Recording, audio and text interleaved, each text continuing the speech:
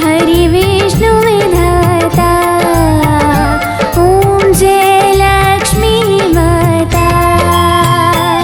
ओम जय लक्ष्मी माता, मैया जय लक्ष्मी माता।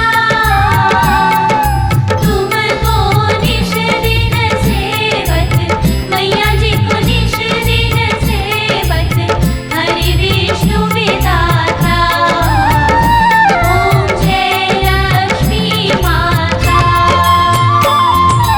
उमा रमा ब्रह्माणि तुम्ही जगमाता।